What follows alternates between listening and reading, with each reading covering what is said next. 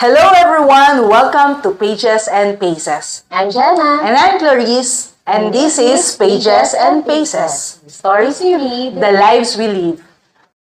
Okay, so yung episode na to, hindi lang siya para sa mga homeschooling moms. Kung nag-iisip ka pa lang or kahit nag-aaral na ang anak mo sa isang traditional school, pero gusto mong maging mas intentional pagkatapos ng klase o yung tinatawag na natin na after school, this is for you. Kasama ka sa kwentuhang ito. So, yun yung totoo, di ba? Hindi kailangan mag-homeschooling para maging intentional tayo to guide our children. Naniniwala kami doon. At si Sarah Mackenzie, naniniwala rin siya doon. Yes. So today, pag-usapan naman natin yung takot bago magsimula. Kung ano ba yung after school at ano din ba yung homeschool. Yes. Yung mga practical na steps at kung paano maging intentional kahit ano pa ang choice of school mo para sa mga anak mo. Welcome to Pages and Paces. Ayan. Ano ang pinakamalaking takot mo bago ka nagsimula at saan siya nanggagaling?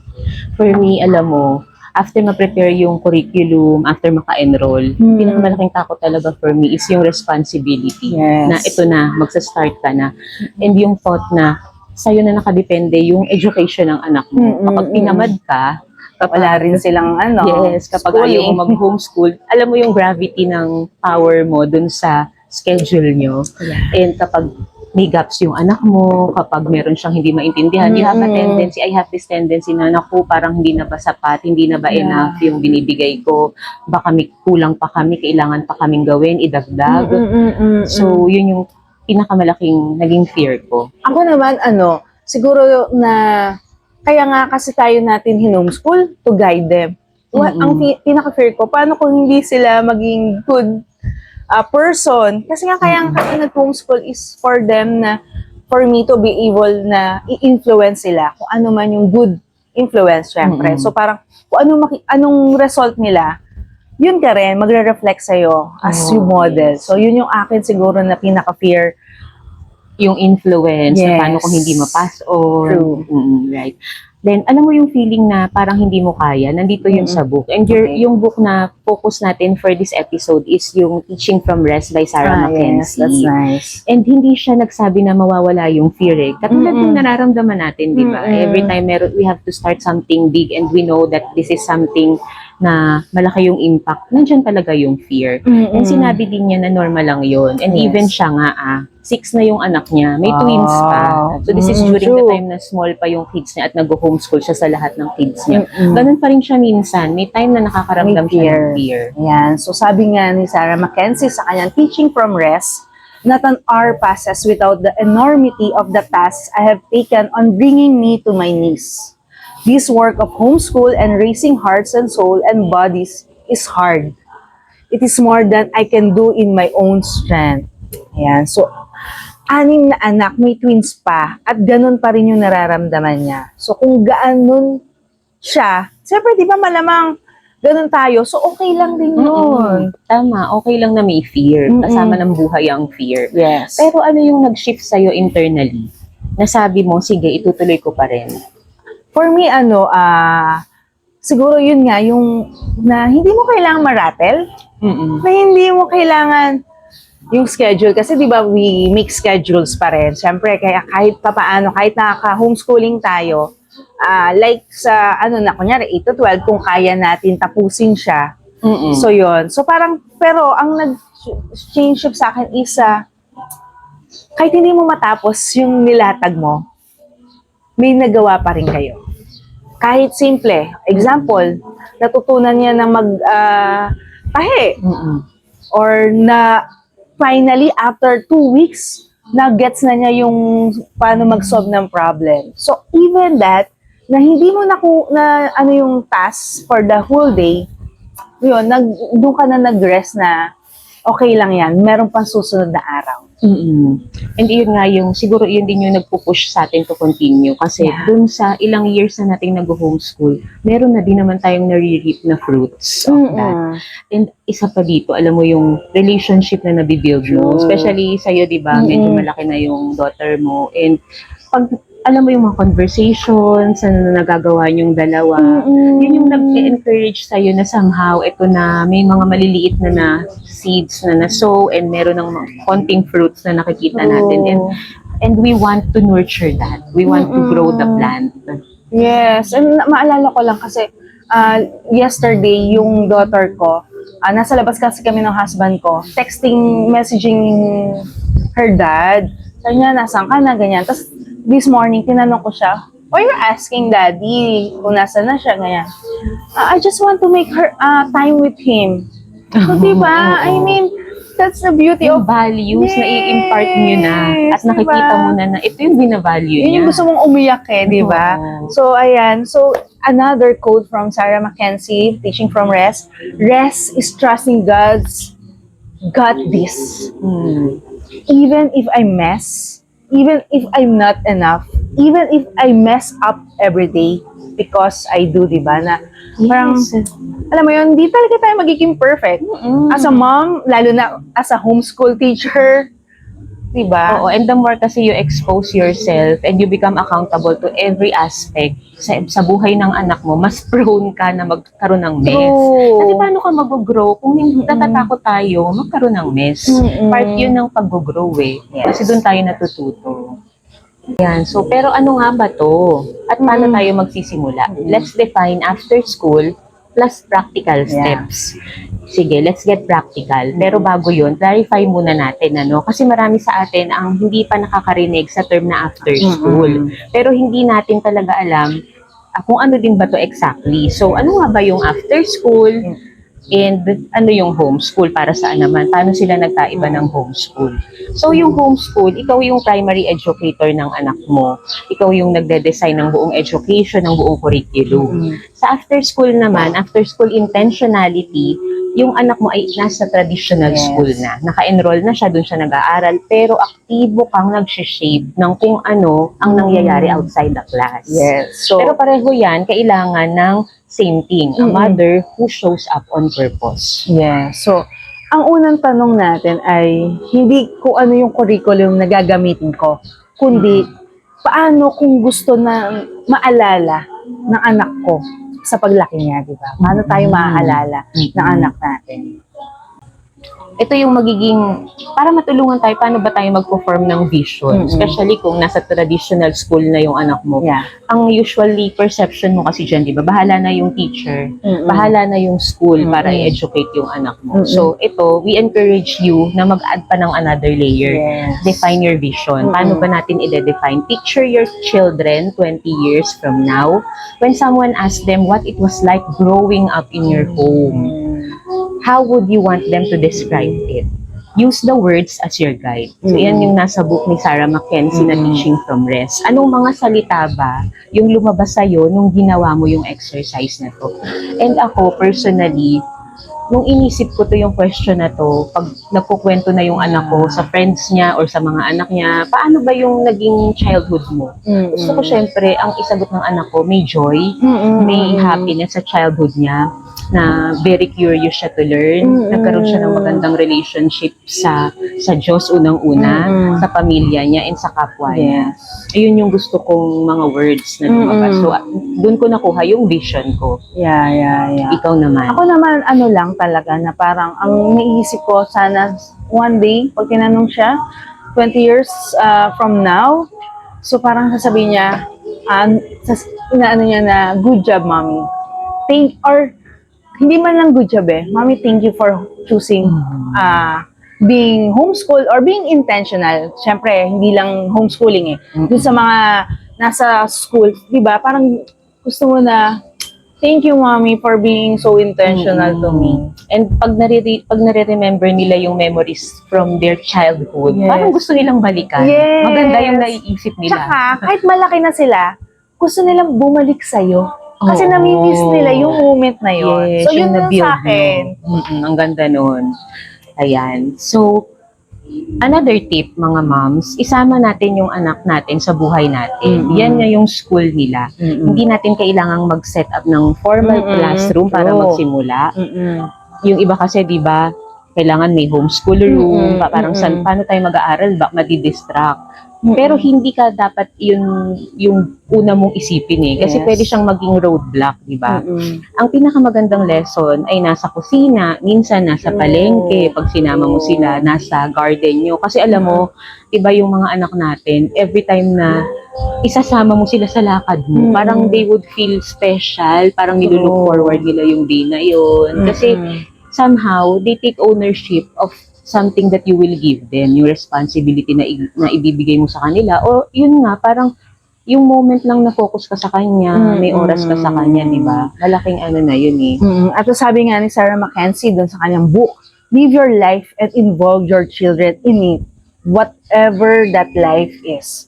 Our lives by nature, integrated. So our school day should reflect that. Mm-mm. So, paano ka ba nag-start? Like, paano yung typical day mo nun?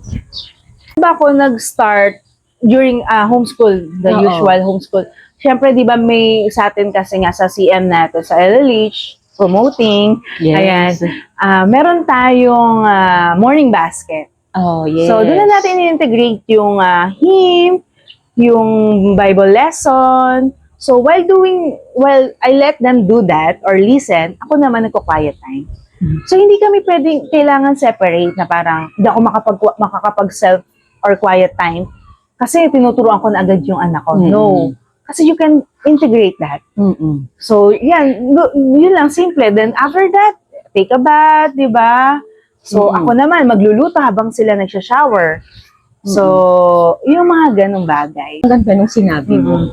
Kasi kadalasan isa din sa factor na natatakot tayong mag-homeschool is paano yung routine nyo sa bahay. Yes. Na parang kailangan mo bang maging rigid, strict, na by this time, 8 a.m. dapat nakaligo na kayo lahat, na nakaupo na kayo doon sa homeschool room nyo. Pero kapag in-integrate mo kasi siya, hindi siya magiging burden eh. Magiging part siya ng memory ng mga anak mo, magiging part siya ng memory mo. Kami din, ganun kami nag-start. And one thing din na gusto nating i-share sa ating mga listeners and viewers is that sa Charlotte Mason curriculum kasi or philosophy, short lessons lang talaga tayo dito, diba? diba? So kung nag-iisip kayo, kinder, you want to try, you want to start as short as 1 hour. Actually, pwede na 30 yun. minutes lang talaga ang total kasi natin. 30 minutes pa nun is listening to music lang, listening to hymns. True. Ayan. Ayan, so, thank you sa ating sana na tayo yung mga homeschooling moms dyan out there na encourage na hindi nyo kailangan mataranta. You just teach by rest nga, sabi nga ni Sarah Mackenzie.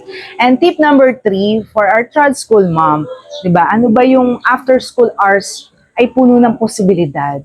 So parang inisip nyo, for the 8 to 5 or 10 to dito na lang, parang wala na kayong time together. Hindi.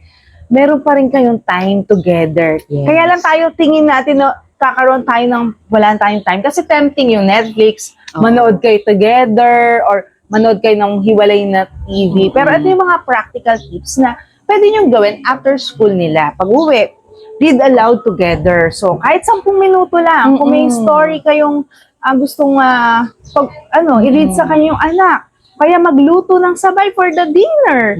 So, at kausapin mo ang anak mo habang ginagawa nyo to na how's your day, kamusta yung school, ano yung natutunan mo. So, itanong mo ang pinaka-interesting na natutunan din niya dun sa school na yun. So, hindi yung may homework ka ba?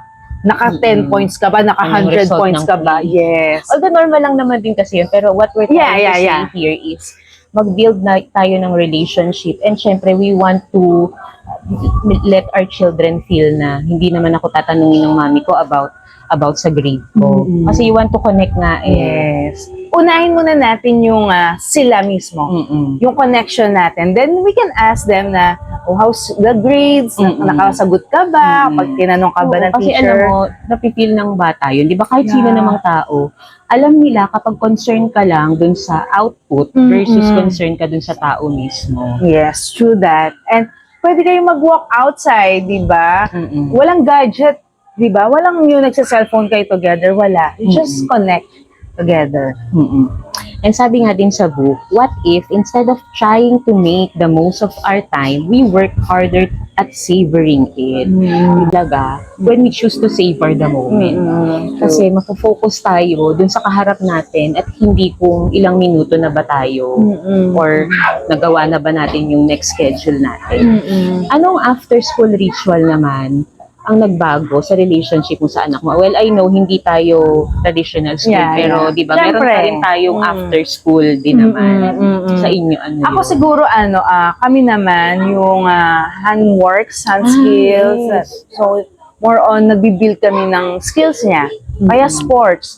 Actually before or after yun nga, yung may kanina walking outside. So either morning or in the afternoon kami nagwo-walk.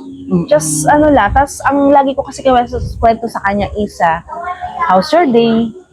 Ano yung pinaka-memorable sa araw na to. Oo. Kahit magkasama Kahit kami. magkasama, Yes, kasi tama. naman may moment pa rin naman na I do my household chore or sometimes, syempre, nagre-reply ako sa mga clients.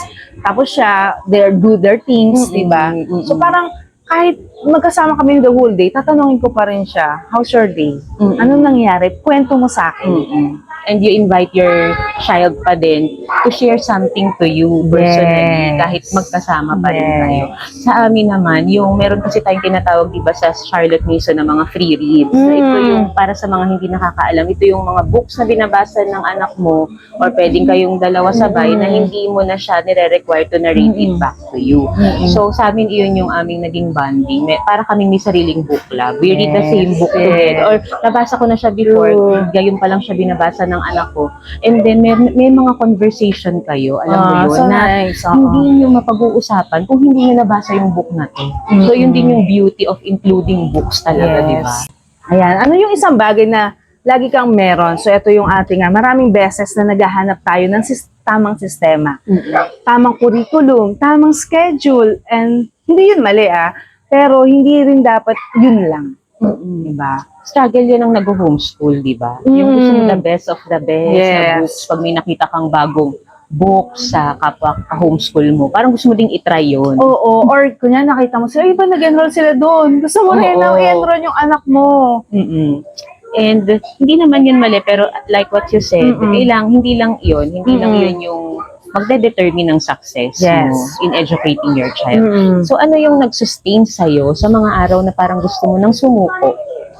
Yung mga maliliit na bagay, pwedeng maliliit na bagay ito. Ako talaga yung yung, di ba, yung talaga na nag-good job kami ng aming husband. Yun lang talaga na parang, di ba kasi ang ko kasi is, di ba, syempre ang husband natin, they're outside working. Pero seeing my children so close, they so love their father, even despite na most of the time, syempre, working siya. Minsan may hindi pa nga siya nakakauwi. Pero yun nga, talagang iba pa rin yung paggalang. Parang yun yung akin, na Yes. nagsusustain sa akin na we're doing this. We will go through this, ayan. Ako naman, dito, ang nag-sustain naman sa akin is usually talaga, pag gusto ko nang sumuko, yung parang sinabi ni God na we are enough to educate our daughters, our kids. Yes. We are enough, God will empower us. And nabasa ko din sa book, ang ganda nun, kasi parang most of the time, we act like yung God showing up for us is a miracle. When it's a given, parang madalas, naku, baka hindi naman ako tulungan dito, pero ang ganda din ng effect kapag binaliktad mo yun. Kapag lagi mong iniintay yung grace ni God for you, ma-empower ka talaga. And yun yung nag-push sa akin to continue. True.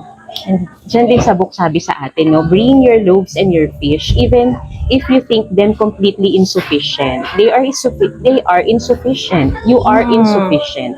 But His grace is not. Hindi tayo tinawag para maging perfect teachers. Tinawag tayo para mag-show up.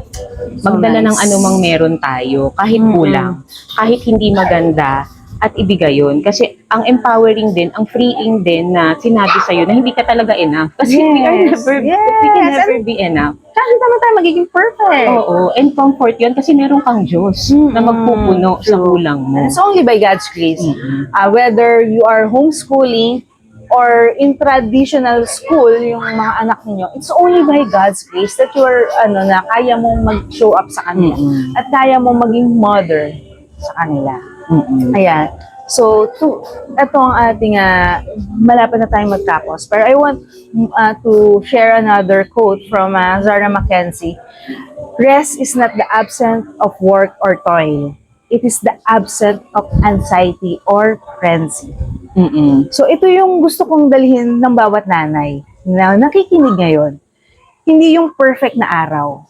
Hindi yung tamang curriculum or kundi yung pakiramdam na ginawa ko ito mula sa lugar ng peace.